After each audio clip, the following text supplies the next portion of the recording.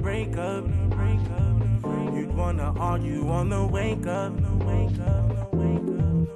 I don't say much, cause I'm the nigga that you ain't touched in a while. I'm focused on my paper.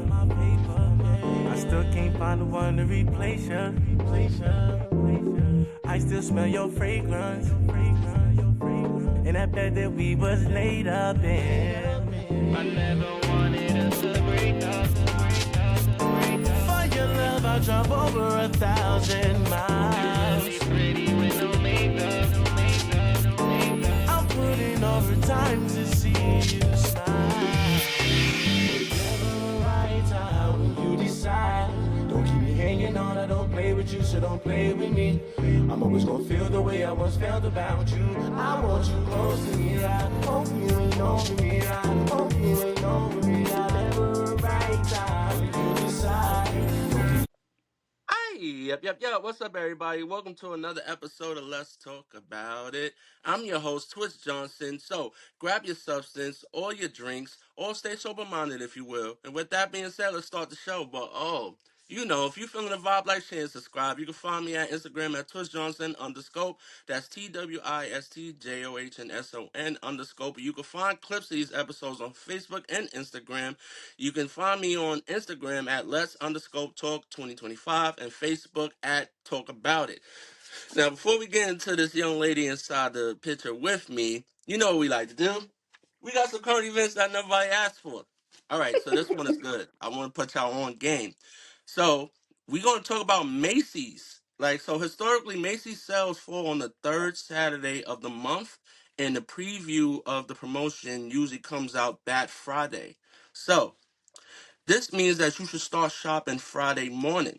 And here's what you could do. The sales consist of a shoe flash sale for men and women, 70% off jewelry and accessories, and furniture clearances. So if you are a Macy's shopper, you might want to check that out. And that's the current events that nobody asked for. I'm gonna give y'all one more for this one. I've been reading this book. You probably can't see it. Excuse the background. But this is called Woman of Strength. Living the best life possible for God in this broken world. So this is a motivational book for women, and it promotes strength. And it's for all walks of life. The back of it, just to give you a little glimpse, it gives the idea of a Christian woman who was bound to narrow the limited lives and is guided by Alice, carefully translated practical applications and reflections and questions. So you could discover how the Proverbs speaks to women and men of today and allows it to inspire words to open wide the possibilities for you to live your best life. All lives are encouraged and satisfied in peace. I recommend that everyone takes a look at this book. I've read a few chapters. I think it's something worth reading, especially for young women out there who, may be going through a hard time and need some type of positive affirmations. So the title again is Woman of Strength. You can find it on Amazon, Barnes and Nobles, or any place that provides any books. So we got the sister in the building today. I had the pleasure of visiting her platform. We had so much fun, and now we're here. Yes. And we're going to let her introduce herself, say where she's from, and anything else she wants to put in there, and she will do the honors of the pour out and pour up. Hey, I am Dhylles Victoria. Thank you so much, Twitch Johnson, for coming on my podcast, and so honored to be on your podcast. So I live in Savannah, Georgia, but I'm a New Yorker, so New York in New the York in house. the building. Yeah. And I am a brand story transformation expert, and what that is I help entrepreneurs tell their authentic stories and be their authentic selves within the business of what they do, what sets them apart from everyone else, and what they have in common with their clients so they could actually evoke emotions and build those connections on a more authentic level by sharing their personal stories of how they started their businesses, along with the products and services that they offer, tell the origin story of that. So when a person is working with them or want to work with them, they have a deeper understanding of who that person is on a personal level. Amen. Amen. Who do you want to pour out or pour up to before we start the show? Pour out to You're going to pour out. Okay. yeah. Let me see. My birthday twin, Bob Marley. Bob Marley. Okay. You Yeah, want to give some words before we pour out for the brother? I think because Bob Marley is just a spirit after my own heart, very free spirited, was a revolutionary, a visionary, a leader, wanted to bring people together, wanted to empower the masses, and share that, life is meant to be lived regardless of what challenges and stuff you're going through. And he embodied all that, and I embodied that as well. So definitely want to pour out to him. There you have it, ladies and gentlemen. Bob Marley. That's the first. Mhm. Yes, today we have water. Okay. Today we have water. I'm gonna It's start all. pouring water on that. All right. So let's start in. So Mhm. your show. You like to talk about brand stories. In your own definition, you gave us of why you bring up these entrepreneurs and you share their stories. In your own definition, what is brand stories? Brand story is the authentic, vulnerable parts of who you are as a human being that you want to share with the world. Brand for me, my brand story, I talk about all things that I've been through in my life because for me, it's connecting with another person or being an answer to a person's prayer because a lot of people are going through a lot of things in life. So if I'm able to empower, encourage, and motivate and inspire you to live your best life despite what you're going through in your life, to me, that's what a brand story is. It's shedding light and being a light, an illuminated light to other human beings for them to know that they're not alone. They don't have to go through things by themselves, and they deserve everything that they want in their lives despite whatever is happening. Mm, I love that. Do you have clientele? You I work do. with some people. Can you tell us like what that consists of? Like how do we become a client if we wanted to? So what I first do when I first meet you, I have a consultation with you and I ask you key questions: who you are, what your story is about, how does your own story have helped you in your transformation, and what's the benefits of people working with you, and what do you have in common with your clients. And based on those questions, I'm able to help you to create relatable content so that it evokes emotions, like I said before, because you want to give people an experience. You want them to feel something. So it's about what you feel. And also, it's about the transformation that your business has offered to you. And on top of that, too, what I help my clients do is to create reels and videos of their life, the things that they do, so they can. It shows that you're walking the walk and talking the talk. Right. So that's what I Um do when I'm working with people because I I want think you. yeah, no, that's great. I would have known like for the inquiring minds, we want people because I know a lot of people want to show the best, get my best Right, side. Um right. how does the working with you, how does the compensation piece go? Is there any compensation? Is this like a free Yeah. consultation at first? How does that work? It's I do an introductory fee for people who want to just like see like the test drive, if you will. And that's a 45-minute conversation that we have where you can actually ask me questions about how long I've been doing this, and if you need my reviews from current clients or even previous clients, I offer that as well, and I give you a snippet of what I can do for you, customize, tailor templates and worksheets and all those types of things there. I do also a fast track accelerated type of program where it's for an hour and we go through everything, and I do like an audit on your social media to make sure that your brand story is aligning with it, and if it doesn't, then we go through strategies and tips of how to enhance and improve the brand story itself on your social media platforms and all types of stuff. I love that. See, like, yo, I had the opportunity like just viewing like your page, and I want to say like I'm inspired. I'm flattered. Especially from our culture, there's a lot of entrepreneurs, and like we are getting better Yeah. with striving. We are Hmm. getting better at this entrepreneurship. Yes, it's So not for the faint of heart. I'll tell you that much. It ain't for the weak. yes, what do you feel makes an entrepreneur beneficial as they take their journey? What are the I- strengths that you feel like we need? you need to consistently walk by faith and not by sight. Mm, And in those moments when you feel like shit ain't going right, the money ain't coming in, always remember your why you started what you're doing right now. Because as that saying goes, many are chosen, but only a few answer the call. mm, mm. Right? And so and so with that is reminding yourself of your why and also going back to the reviews from your clients that they've offered you. Hmm. that you were doing a great job, that you allowed their vision to become a reality, or whatever it is that they said, to kind of like, you have to motivate yourself every single day. You have to speak life over yourself every single day as an entrepreneur. And it's always about learning. It's all about perfecting. It's about investing in yourself. Like, I've been through different coaching programs where I paid a marketing coach or I paid a business coach to just help me learn more things because I don't know everything. And Right. I think the other part about that too is being vulnerable and honest about who you are as an entrepreneur and share your journey. There's moments where I share, like, hey guys, today I'm having a fucking imposter syndrome. I don't know where it's coming from, but I do know that I'm going to consistently continue to keep going on this journey because I know this is what I signed up for.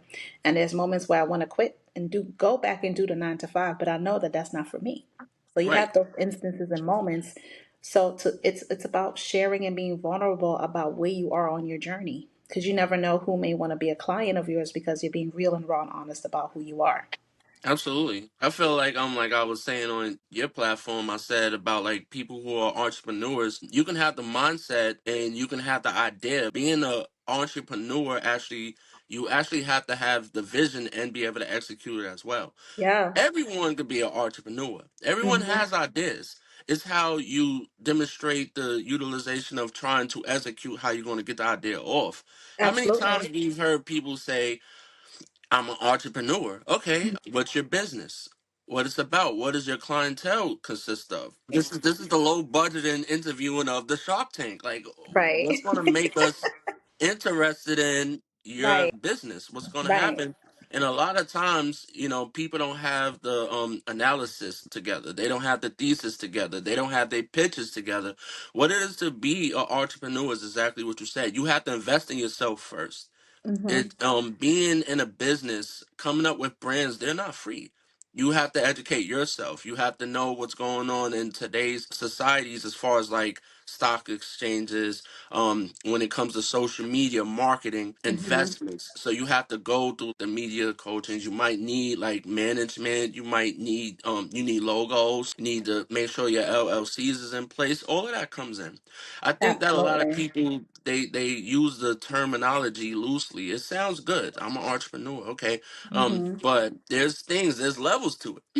Yeah, Um, like for me, I'm a multipreneur. So not only am I a brand story transformation expert, but I also create jewelry. I craft jewelry and I sell my jewelry in the park. I mm, have an Etsy shop, and I'm also part of a wedding officiating company called Savannah Custom Weddings out here in Savannah. So I'm also officiating weddings. I do pop-up weddings on the side. So I yes, have a couple of things going on at the same time where, money is always circulating and sustainable. And I'm also an author. I'm in the process of writing my fifth book.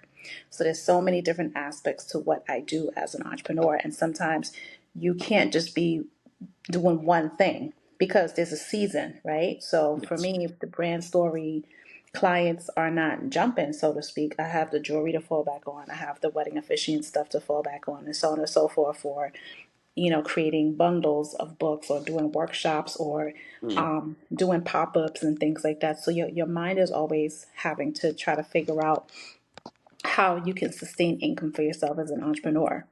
And mm, it's being able to sustain yourself through those seasons of ups and downs because they're going to come, and right. not giving up. I love that. Um, I want to say like let's get into your books, but before we get into the books, I had a question that resonated of wrapping social media into your branding. Do Mhm. you feel like certain content or certain things can hurt your image It depending on what depends. you put out there? Yeah, it depends on what it is. Honestly, it just depends on what it is. If you're honest about what your content is, because that's one thing that I do when people come to like my TikTok or Instagram, and I make sure that's like, hey, this is what I do, this is who I am, this is what the content is about, and this is who the content is for. Yes. And that makes a huge difference, for people who are looking at your stuff. So I just say, if you're really honest about what your page is about and who you are and what they're going to be noticing, then it makes a huge difference, because now the content will be geared towards the correct people who are interested in whatever it is that you're doing. I wouldn't say it's a bad thing. It just depends on what it is. If it's not harming anybody, Hmm. not being, not stepping out of your character, or not compromising your integrity, Mm. then yeah, do what you feel. Right, because I feel like all of us at this point, like everyone's chasing a bag, everyone's trying to get compensated in a way. Right. And what I'm seeing in today's age is that viral is the way to go. It doesn't Hmm. matter how you go viral, but when you go viral, your image, it all Yeah, depends on what you went viral for. And then if you exactly. go viral, how can you sustain that fame? Yeah. How And I can you tell people sustain that popularity? that part, And and I yes, was talking to somebody today about that because she was like, "Hey, maybe wear your bracelets on your jewelry because it's concerned. Maybe you can have an influencer wear it and just like their people become your clientele." I said, "Yeah, but I'm one person, and my jewelry, the way that I do it is very sacred to me, and I just yes. don't want to just like be rushing to do bracelets and waist beads and anklets and so on and so forth, and it's not coming out the way that I would do it." Mm, So for me, it's not about the likes, it's not about the follows, it's about embodying quality work. mm-hmm. Quality work, that's what it is for me. So I don't need to have 50,000 followers. As long as I have people who are quality based and they love what I do and we are aligned, we can match and mesh and have that synergy, I'm good with that. So you You can better have believe it. 300 followers on your page and you can have 10 clients. You know Mm-hmm. what I mean? So to me, it really, I don't follow that and I don't follow the trends that people are like, oh, if you want all these followings, do this. Like, no, because Right. maybe I don't have the bandwidth to, create all this other kind of stuff that people are wanting from me. So I prefer to just take my time with it, allow my following to grow however it grows. I'm not going to pay for ads. I'm not going to pay for this. I ain't doing none of that shit. Mm-hmm. I'm Slow not doing roast. it. And Mm-hmm. I feel like what Amon said, there's fewer Mm-hmm. individuals that have that mindset where they want to have the slow roast. Yeah.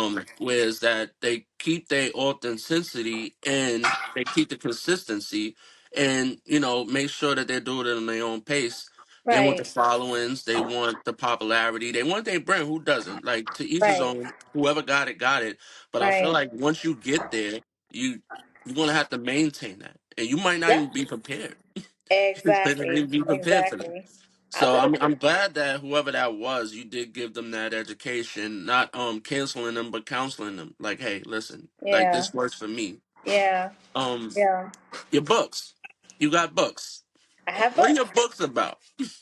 My books are pretty much based on my life story, different things that I've been through in my life, and empowering people to like not allowing certain experiences, if you've been through some trauma, to define who you are as a person, but to learn from the experience itself and implement those lessons that you're learning, and to also pay it forward and pass it along by sharing the information to other people. So that's what the books are about. This one here, this is, it took me 6 years to write this book. It's 365 days of affirmations. And it's pretty much my life story in a form of affirmations because I'm an outside of the box thinker. I don't like doing shit the same way other people do it. So I didn't want to do like a biography, so to Right. speak. Yes. So I just did affirmations. And so all of my books are pretty much about just like my life journey, and it's just teaching lessons of how I do things in life and how stuff happened to me and how I was able to overcome them. Okay. Hmm. So where can people find your books? Where can people Amazon. find your material? Amazon. Amazon. Yep. One is under Amazon. Amazon. So one is under Amazon. my legal name, Dhylles Davis. You just type in Dhylles, I'll pop up because I'm the only one on there. And the other three is in my spiritual name. I work with Egyptian goddess Isis. She is my spiritual mother, so she gave me a spiritual sacred name, which is Phoenix. Okay. So my books are under Dhylles and also Phoenix. And I can share the link with everyone to just go on Amazon if you want to purchase a book. What I do with this book, though, oh, and I actually created my own Oracle deck. Okay. Okay. So, what I do with this book at times is if you give me a number from 1 to 365, I guarantee you it would align up with something that's going on in your life. Okay. Organically. You wanna give a demonstration right now? Yeah, let's go it. Let's do it. I'm right here. So, number from 1 to Nervous. 365. It's You want okay. me to pick a number? Yes, Between 1 and 65? 1 in 365. One and three. Okay, my lucky number 24. 24. So day 24 says, I cherish every aspect of who I am. I do not beat myself up for mistakes I have made, and I release regrets that hold me back. Oh, wow. How did you get that? That's kind of I like some kind of astrology mixed in, I like know. spirituality. Yeah, I like Yeah. something like that. Yeah, so once in a while, when I feel inclined, I would go live on Facebook or TikTok, and I would just offer motivation to people who may be going through something in life, and I would offer the same thing, like they can choose a number from 1 to 365, and Mm-hmm. 10 times out of 10, the affirmation is based on whatever it is that they're experiencing. Can you help people win the lottery? That I can't do because I want that for myself, but I Right, I mean, appreciate we the all offer. want it. I mean, I like, cause I do. I think that there's like a book out there that does with the numbers and the connections and people who like Hmm. have gambling, problems, like Yeah, go to that yeah. book. But okay, you say you have your own cards, your oracle cards. Yeah, I do. I have my Oracle deck, and I was when I was creating my deck, I was in trance, and I had the Egyptian goddess, my spiritual mother, her energy was flowing through me and giving Yes. me the words to say. And so the deck, I'll pull a card for you. Yeah, pull a card. Yeah, for sure. Let me see. And I actually illustrated it and had someone design it for me. That's Goddess Isis. That's what she looks like in my vision. Love it. Yeah. So, Mama Isis, what is the message you have for Twist? What is it that you would like for him to know? All Yes. What right. message? And we're doing this right here. This is not scripted. Right. So it says, Goddess Isis wants you to know that your healing process and journey are not over. There is so much work to do, and healing is never an ending journey. She thanks you for giving yourself the gift of healing because you are worth it. That's your Love that. card. That's my Mm-hmm. card. I'm Yeah. glad you didn't say anything crazy up here. No, well, all of the cards are pretty much about how she wants to empower you, how she wants to love up on you, how she wants to support you, how she wants to help you grow within yourself, being the Right. sovereign being that you are, to honor everything that you are as a spiritual being, having a human experience walking on this earth. Right. So that's Amen. how the deck is situated. And I feel like a lot of people like, cause I know a lot of young brothers and sisters and older like mentors who are connected with the spiritual realm and they Yeah. manifest and they have their oracle cards. People um who don't know and don't have the education, they look down on Yeah. people who are like giving off palm readings or like Hmm. channeling other energies. Like, what do you have to say to people who are not educated in that way and feel like that's demonic and that's like summoning satanic spirits? Like, what would you like to say and give some education on that? Well, I'll tell you a story. I actually, Saturday, I was at the park and I had this young lady and she was walking around with baby snakes. And I just felt compelled to hold the snake because I had a fear of snakes due to the misconception of what a snake is and the snake represents and the venom and Yeah. biting and so on and so forth. And I was able to like calm my spirit and connect with the animal in my hands and try to break that misconception and break that fear. And so I took a picture with the snake and I posted it on Facebook, and everyone was like, "Oh hell no! How the hell are you gonna, you hold on the snake?" And I'd have been running from the snake. And so I did a post about it. I said, "You know what? We as human beings, we are so enslaved in fear, and fear runs our life. But Mm, if you take an opportunity to step outside yourself and face your fears or confront things that scare you or confront things that you are confused about, then you'll learn something about yourself. You'll learn how powerful you are. You'll learn how amazing you are. You will definitely discover parts of you that you didn't even know existed once you release fear and misconceptions of so many things. So, to people that are they're having types of judgment around it or because they upbringing whatever, I would say release the misconception and release the judgment and just be open. mm, Just be open because you never know what a oracle card reader or a tarot card reader or someone who reads palms, what they can offer you if they're coming from a place of authenticity and goodness with no judgment.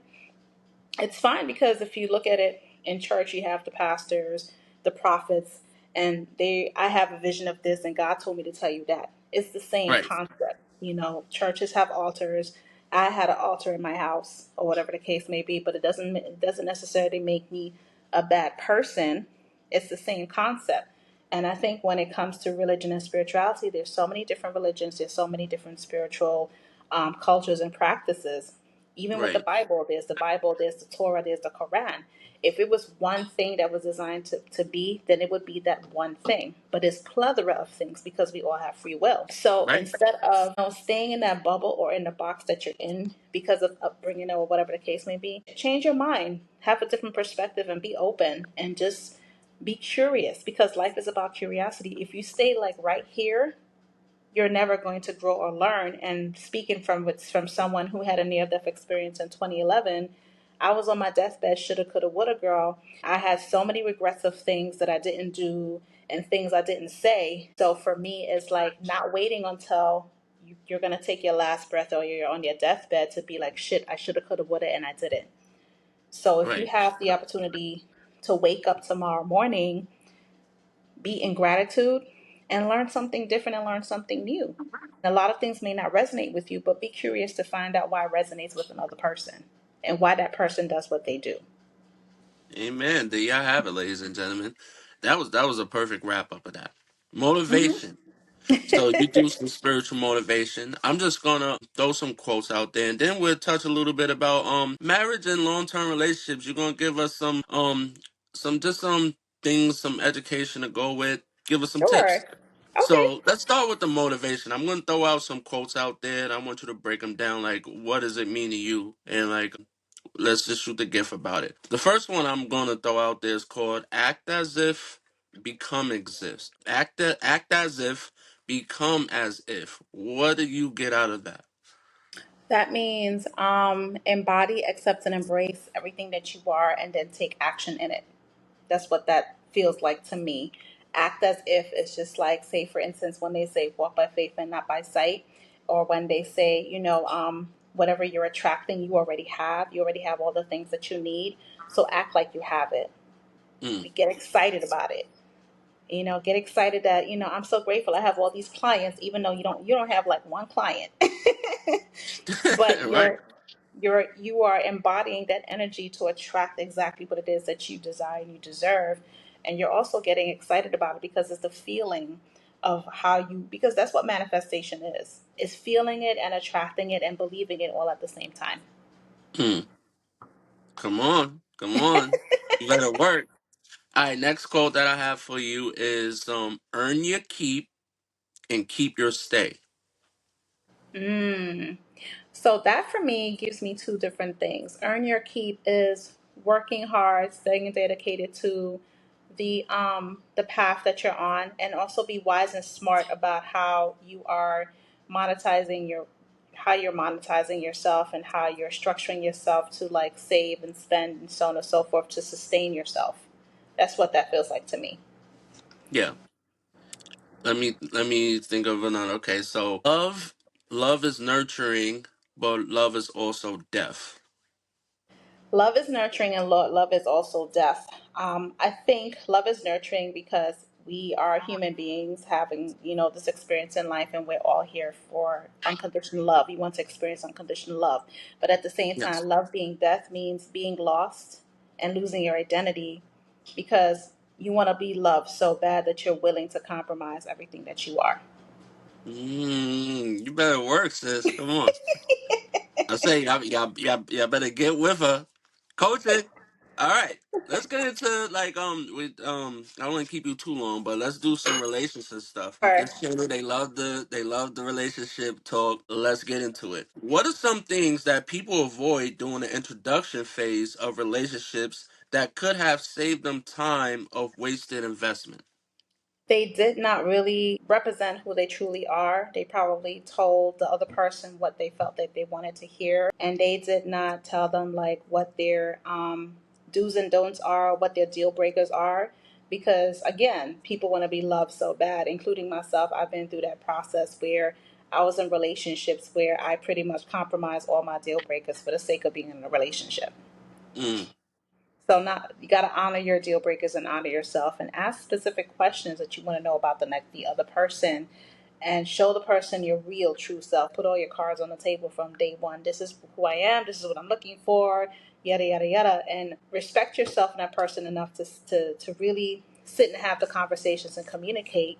And I think a lot of relationships would either strengthen that from that person, or maybe the person will be like, you know what, this is too much for me, I can't handle it or deal with it, and then they walk away respectfully because you gave them the opportunity to say, okay, well, now I can't deal with this, I can't handle this, this is not mine, we're not Right. aligned.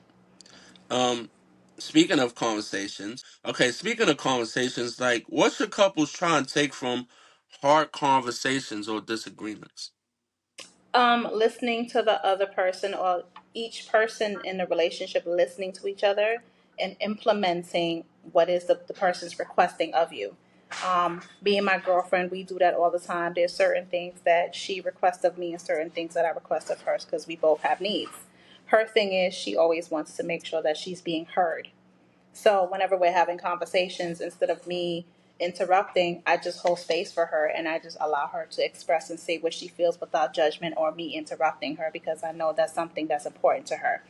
Me, on the Yes. other hand, I'm a very affectionate person, and she's not used to that so per se, but she's learning how to meet me halfway when it comes to being affectionate, hugs, kisses, and all that stuff. So we do our best to communicate and navigate through our relationship of how we want it to go. So we're learning how to build a better foundation because we Hmm. both came in with certain things. Because you know, when you come into a relationship, there's some type of baggage or the other. So we gotta like Right. unpack all that shit. So Absolutely. unpacking the unpacking stages. Now that you're talking about that, like the conversation pieces, Hmm. we should be able to talk to our partner about everything and Hmm. anything. Yeah. Should we, although we should be able to talk to our partners about anything, should we talk to them about everything? Um, it depends on where you are in your relationship. Um, Okay. I agree with that. because in the first 6 months or even to a year, you're still learning each other. And Hmm. I think there's a time and a place to have a conversation. I feel, and this is something we practice, is we have a lot of heart to heart conversations depending on what we need to express to each other, but also it's about feeling safe enough with that person to express yourself and speak your truth in the most authentic way. Amen. Hmm. Amen. Last question about relationships. So let's go back before the marriage. Dating to marry. This is usually when we get up there in age. We're not going to tell it. Well, um, I'm not married. I'm in a relationship with my girlfriend. I've been married. I've been married three yes, you've times. been I've been married twice to a man, one to a woman. okay. And So, I learned in my marriages with my exes that I really wasn't communicating the way that I was supposed to communicate. And I feel because of my titles of author, speaker, coach, yada, yada, yada, my hmm partners were very fascinated with me on in that retrospect, that they hmm weren't willing to check me to say, okay, well, you're doing this or you're doing that. The person I'm with right now, she could give two shits about that. She's like, you hurt my feelings and you need to hold yourself accountable. right, yes, absolutely.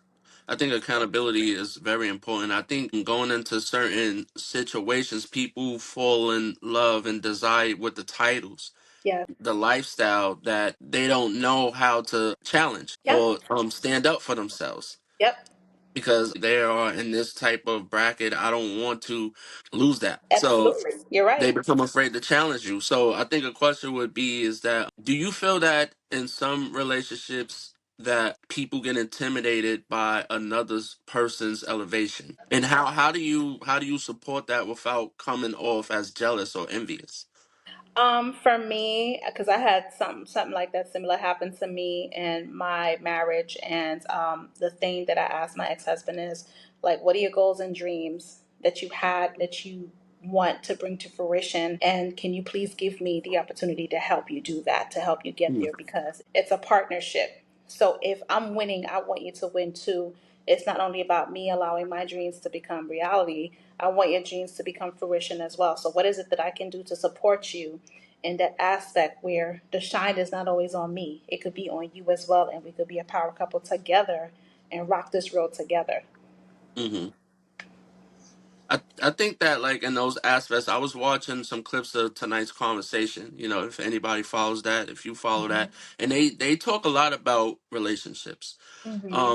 and the question was like kind of underlining of that question of like one of the people in the audience was asking how do you basically support that. I think that like people get intimidated for the simple fact that if you're dating and you're not married, that they feel like it's not a guarantee, so they don't want you to become more superior than they are. That's what they Yep. looking at it as.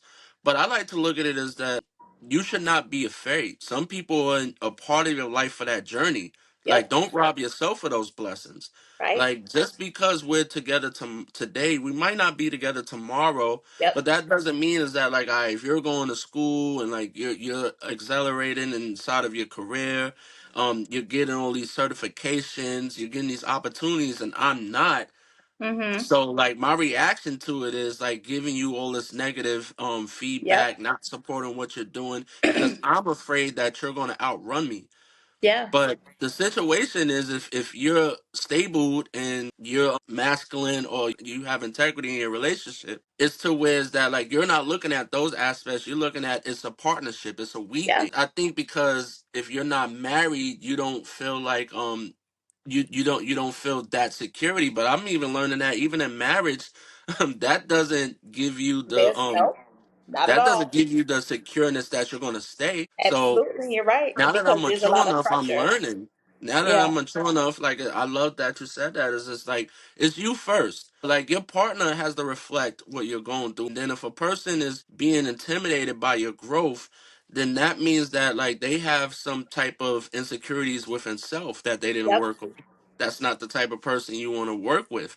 I want to Right. be with someone who's actually motivating and encouraging me to go, even Right. if that means that they probably just going to stay where they're at, but as long as Mhm. they have the potential to want to meet me there, Right. I'm all for it. So like for the people out there who may have been through those experiences, just understand like it's not a you thing. Don't be afraid and don't get stagnated because someone else doesn't want you to grow. Yeah. Like you have to go. That's like if someone's going off to college and you have to lead the person you with. They have to be willing to understand this is for you. Yep. Like you have to go and you can come Mhm. back for them. Not Mhm. necessarily you will, but I Mhm. love that. Last question I have for you: dating to marry. Mhm. How early is too early to propose? And what are some things you should have already established before saying I do? That's a loaded question It because is loaded. you got to go with your spirit and how you feel when it comes to that because I mean your heart knows what your heart knows, but I would also say with my relationship now when it comes to marriage, I feel like you should definitely know who your partner is emotionally, mentally, spiritually, all of the things. Hmm. Definitely talk about finances because that's Mm. number one thing that people end Say up getting that again. divorced. Yes, finances. Your finances, and also I think that giving yourself some time, maybe a year to 2 years, to like be in a space of consistently dating and consistently having conversations about different things, and then probably live together for a while to see if that's the compatibility of that too. I think sometimes I'm a firm believer in living with a person before getting married because I want to know that my habits are not going to irk you, your habits are not going to fucking irk me, and if we could actually coexist and be together in the same space and what that looks like. Right. So Yes. yeah, so give it some time. I mean, I think a good maybe 2 3 years before you do that, Hmm. to propose or like even talk about marriage. Because I think sometimes where marriage is concerned, after you propose, then becomes this wedding. And you so focused on the wedding, you're not thinking about the marriage itself and how you want to build the foundation in the marriage itself. And talk about, okay, when we go through hard times, well, I can't stand your fucking ass. I don't want to go sleep in the living room and you in the bedroom. How are we going to navigate that? Hmm. Right. Right on the money. That part, like just off experience and like seeing by secondhand, is that a lot Hmm. of people, when it's time to get married, they're so focused on the engagement piece that And the they, wedding. yes, that they neglect the work. Yep. So Hmm. like I feel like just from like understanding relationships the way I understand them now, like dating and marriage should look exactly what you said. The hard parts, like living Hmm. together, seeing how that looks, because you guys could. definitely be great in different environments. Your house, my house. Yeah, But when and you it's got your also own about the stuff habits. going, well, you Yeah, don't it's like the the way I habits do things, too. you can leave. You Yeah, don't have to it's be the here. It's habits mine. too because everybody has Mhm. different habits of how they do stuff, how you clean the bathroom and how you fix the Yes. bed, or if you leave dishes in the sink, or how you wash clothes, or whatever Hmm. it is. That all of that, those little simple things come into play too, because especially if you decide who's going to move in with who, or if you're going to get a place That. together, you still come with your baggage Hmm. and your habits and stuff that And you're you going to have it. do. So it's compromising and saying, is this really important, or if this is not really important, or how can we navigate this? Or if she's coming in with a whole bunch of clothes and shoes and you don't have closet space or whatever, like it's all those different things that come into play. So it's not one Mhm. thing, it's many of things. Right. And I feel like whether you just want to be in a long term relationship or get married, or you think like I want to make this commitment, I encourage like moving in together. Hmm. You really want to be with me? Let's move in together. That will Yeah. speed up the process so fast. It's true. That's So true. fast. I've learned that from watching TVs, watching movies, Yeah, listening yeah, to stories. I'm like, you know yeah. what? That does speed up the honeymoon phase. We can go through all of the bullshit and Yep, it happens fast. You see yep. people sleeping patterns, you can see people addictions, Yes, you see people's traumas, you see their yes, family dynamic, how they yeah. handle finances, and you can quickly say, damn, I thought I loved this person, but I just fell in love with the idea of them. I Right. don't even like this person. I don't want to Right. be with them. So I think like dating and marry would be like, yes, seeing if you guys could exist in the same environment, make sure that you Mhm. guys discuss finances. Make sure Mhm. that you guys understand what 50-50 is to you guys. Make Yes. sure that like you date with intention, that like family dynamics use they all align together, and Mhm. the communication is understandable. And like sister said, you guys could like basically exist in the same without killing each other. Yeah, and I um think on to piggyback off of that too, because the one thing that I learned about myself is that I picked up a lot of habits and mm, patterns and cycles and generational things from my family that I brought into my relationships that I'm steadily breaking now because just by watching family dynamics and the way that my family interacted with each other, there was a lot of shutting down. There was a lot of silent treatment. There was a lot of stonewalling. There was a lot of manipulation. There was a lot of victimizing and blaming other people and not holding themselves accountable, not apologizing.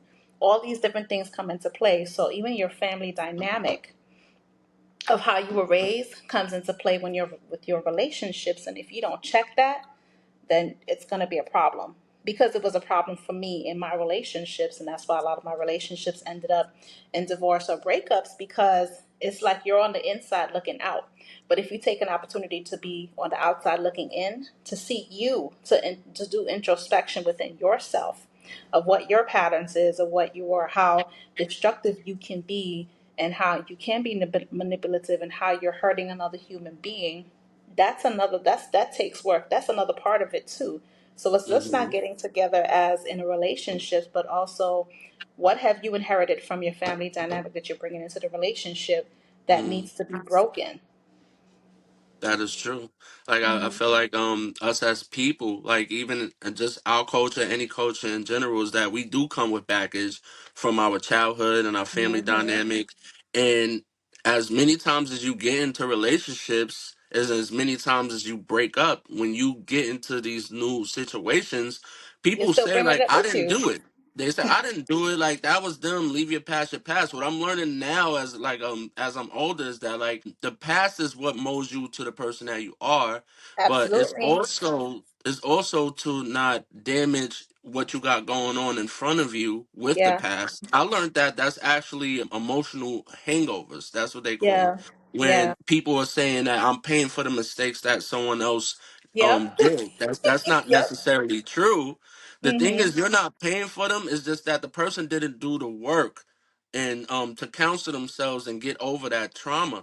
Depending on like how long you've been in relationships and how depending on what the relationship dynamic was, if you was in a domestic violence situation, if you was with someone who suffered from addiction, if you was with Yeah. someone who was molested or whatever the case may be, or cheated on by serial cheaters, Peter. Yeah. narcissist behaviors, all of that goes into play, and now you're dealing with someone who's not just timid, but they also like have a lot of triggers and a lot of Mhm. traumas, Mhm. and probably have to go through some therapy before Mhm. actually get into another situation because the healing process was overstepped. Yeah, and that was I me. think. I've been through a lot, like child molestation. I was in a Hmm. narcissistic abusive relationship. Pretty much dealt with narcissism within my family, inherited all that bullshit. Had to go through therapy, healing, suicidal ideations, dissociating. My drug of choice was sex. At one point, I was exceptionally promiscuous when I was younger, having to go through that work of doing the shadow work of connecting with the little girl inside of me, the teenager inside of me, figuring out like the root cause of why I was feeling the way I was feeling while I was in and out of relationships and not sitting with myself and doing this and doing that. So in 2020, I did some deep work on myself and I had to forgive me for a lot of things. I had to let go of a lot of people. I had to honor my anger, my rage, my hurt, and my disappointment in myself as well as people. I had a really, really long conversation with my dad because I felt like his absence in his life impacted me as a woman and how I realized that I was in survival, fight or flight mode every single day. And when things got hard in relationships or situations, I'd be like, all right, peace, I gotta go run. That part, yes, So I can having empathize with that. Like, right. just like even in mine's like going like let's just growing up like in a family dynamic like single parent household, but knowing the parents but watching them fight. My mechanism to defend myself was flight. Hmm. Anytime there was an argument or I felt like a Gotta hard go. conversation was going on, all right, Gotta well I go. guess we breaking up. Hmm. But like now I'm learning is that like you have to talk it through. You have Yeah. to understand that this person is a different situation, might bring similarities, but like let's talk it Hmm. through. Not every Yeah. situation has to go to the ultimate of the worst. And I also Right. learned that trauma bonding is not just like bonding with your the The partner. victim and the person who was abusing you, the abuser, is also to where is that like you guys have that um you have that like that similarities and struggles Hmm. Hmm. to where is that like yeah, I've been through that too and I've been through that, but what happens is that you are leaning on each other for that traumatic Tendency. experience.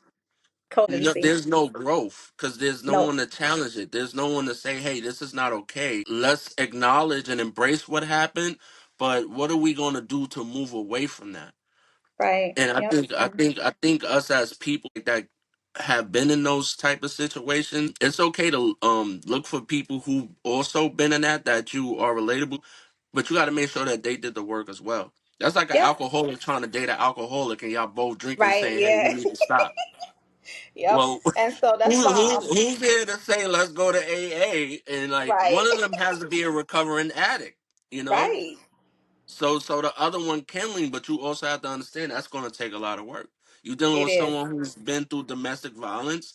You know, I was a product of that. I look at people when I start dating, and I actually not intentionally ran into women who were abused, and it was a little difficult to date them because if I raised my voice, because I feel passionate about something to them, they feel like I'm about to hit them. Or, Yeah. if they got to check in with me, like, can I go to the store rather than I'm going to the store? So there's a lot of work that comes with that. But it's also Hmm. to where it's that, like, you don't bash them and get frustrated. You have sit downs and, like, Oh, understand what the reconnecting. traumas are. Like, you understand what things that, like, you could do. Like, hey, how can I support you and help you move past that? Like, how can um make you as comfortable as I can, because a lot of that comes from like that insecurity and feeling like, dang, I'm gonna get beat up if I say the wrong stuff. So you also got to take all of that in account. But if you can't do it, you got to be fair to yourself as well and say, I can't do that. Um, Oh, what I you want to back? do now is because we was shooting a gift for so long and I had so much fun, and thank you for the opportunity to come up. I want us to just give some positive affirmation to someone out there when it comes to entrepreneurship, building Oh, brands, any relationship. You could just give some like positive feedback to someone out there, see what they could catch.